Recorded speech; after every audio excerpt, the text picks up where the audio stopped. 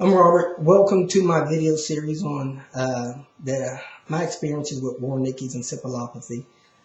Part 1 had to do with, this is part 7. Part 1 had to do with what was going on before my wife got admitted to the hospital.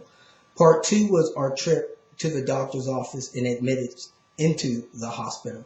Part 3 was our hospital stay. Part 4 was being discharged from the hospital in our first night. Part 5 was our first few days out of the hospital. And Part 6 was the beginning of our new life and our first visit to the doctor and the emotional trauma that it was taking on me.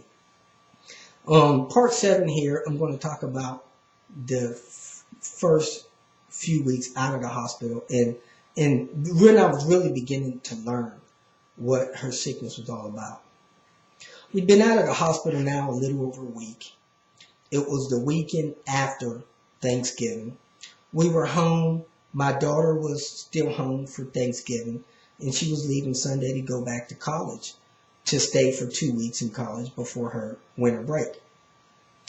On Sunday, after church, we got home and my wife made another attempt to cook dinner, and me and my daughter was sitting in the living room looking over our shoulder watching her. Then my daughter looked at me and said, there's a fire.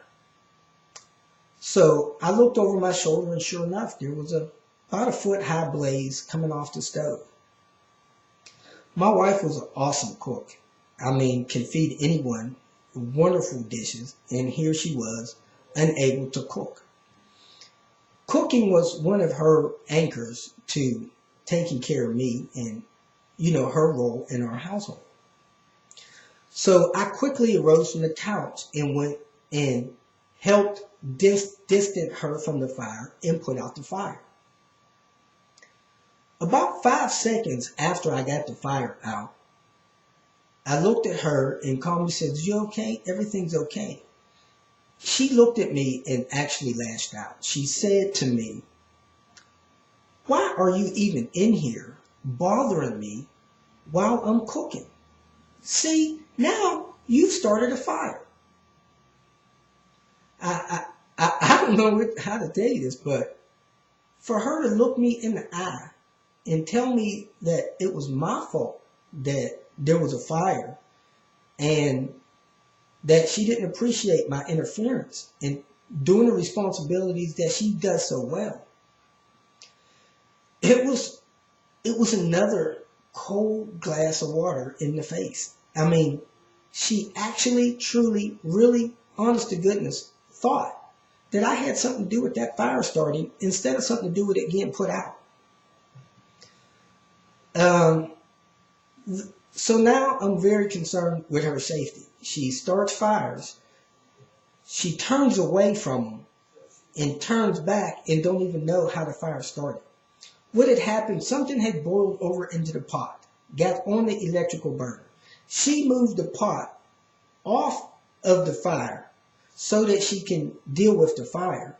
But by the time I got there and helped make sure that she was far enough away from the fire that she was safe, and I put out the fire, she forgot how the fire started and thought I started the fire. That was just a wake-up call to safety concerns. Another thing that was kind of bothering me was the fact that while we were in the hospital, we have a small church group of about 7 or 8 families. I sent out an email to these close friends to let them know how things were going in the hospital.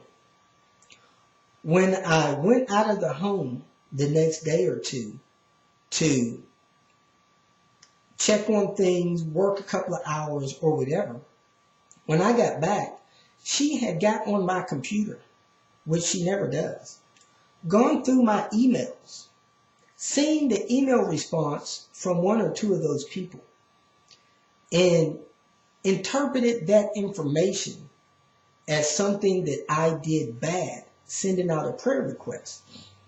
She actually thought that I was tricking her and putting plans into place to separate myself from her, divorce her, and leave her desolate.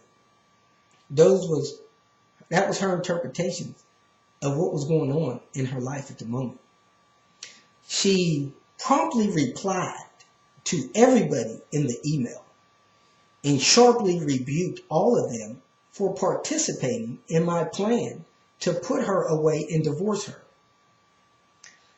Mind you, these are people that 8 months prior had attended, or 6 months prior had attended, a surprise wedding vow ceremony that I had planned for my wife.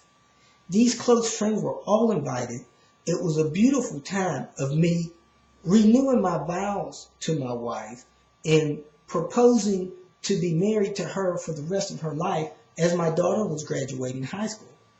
So they were greatly disturbed and set back that they were being accused to plotting to help me destroy her life.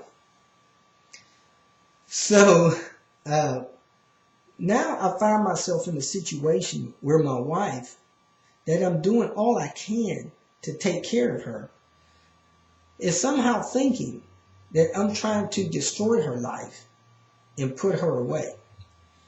Because her memory is so short that she can't remember what's happening from one moment to the next, she thinks that since I'm the person in the room, I'm doing this to harm her.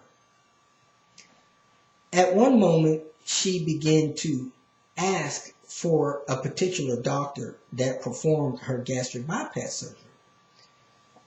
Basically started grinding away, I need to talk to him, I need to talk to him. We finally called his office, which I might add, we had called him twice while she was in the hospital with no reply.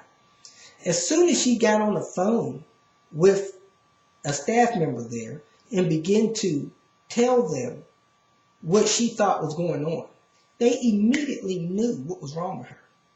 I was standing next to her while she was on the phone. Then they asked to speak to me, asked me a few questions, and they knew she had Wernicke's encephalopathy. At this time, about 2 weeks into the process, 2.5, I finally learned how to pronounce it to the way that I pronounce it today. And it was no longer a foreign word to me, but I was, a little bit set back that with 30 seconds on the phone with her, they knew she had this condition. So they asked me, was she taking this vitamin? I said, yes. Something else. You need to get in here. So we scheduled an appointment to visit them. So now I'm visiting 3 doctors, the liver doctor, the neurologist, and now the gastric bypass doctor, because he was responsible for monitoring her condition for the rest of her life after having a gastric bypass surgery. Turns out this condition is something that people that have had gastric bypass surgery are very prone to. Not something I really wanted to hear, but hey, it's life, move forward. Well, we visited his office, and I'm going to make that part 7, these 2 doctor visits. Part 8, rather.